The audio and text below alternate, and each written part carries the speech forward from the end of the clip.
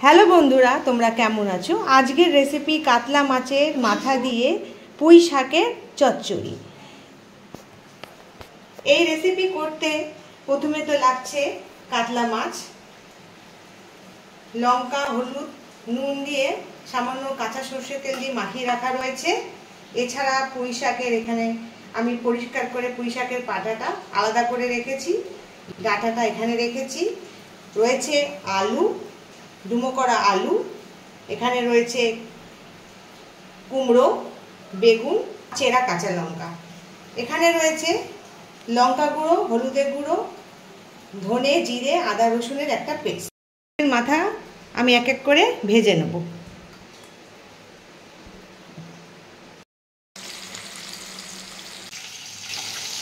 এবার মাছের মাথাগুলো ভাজা হয়ে গেছে, এবার এটাকে আমি তুলে নেব।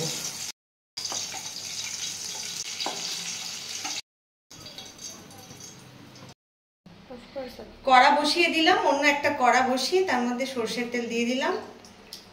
এরপরে এতে মেথি ফোড়ন দেবো আর কাঁচা লঙ্কা ফোড়ন।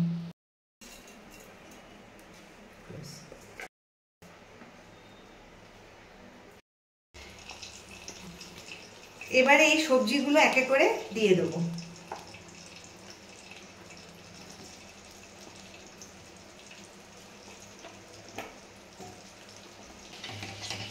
ভাজা ভাজা হলে বাকি সবজিগুলো দিয়ে দিচ্ছি।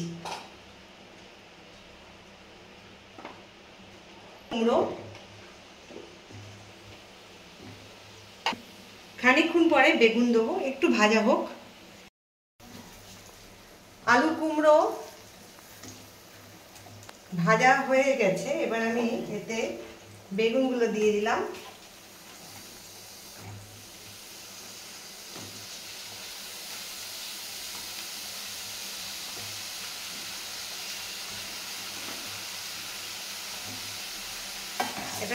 এটাকে একটু নাড়াচাড়া করতে হবে।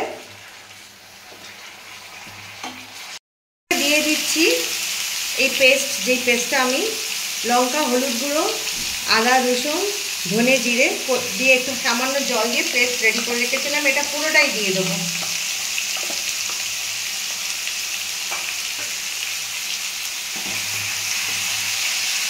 নাড়াচাড়া করতে হবে।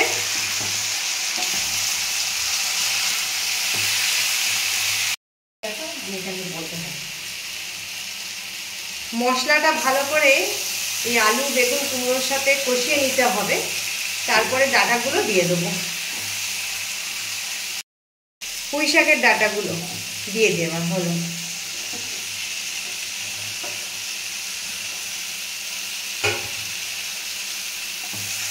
আবারও এই মশলার সাথে এবং অন্যান্য সবজির সাথে ভালো করে এটাকেও আরেকবার কষিয়ে নিতে হবে।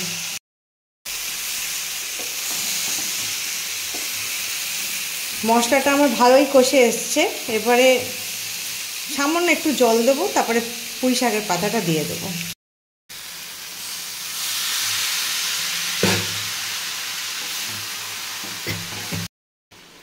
পুঁই শাকের পাতাগুলো দিয়ে দিলাম।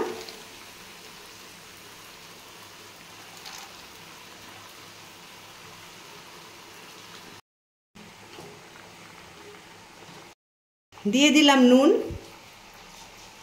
ফিরে এবার এক এক করে ভাজা মাথাগুলো দিয়ে দেবো।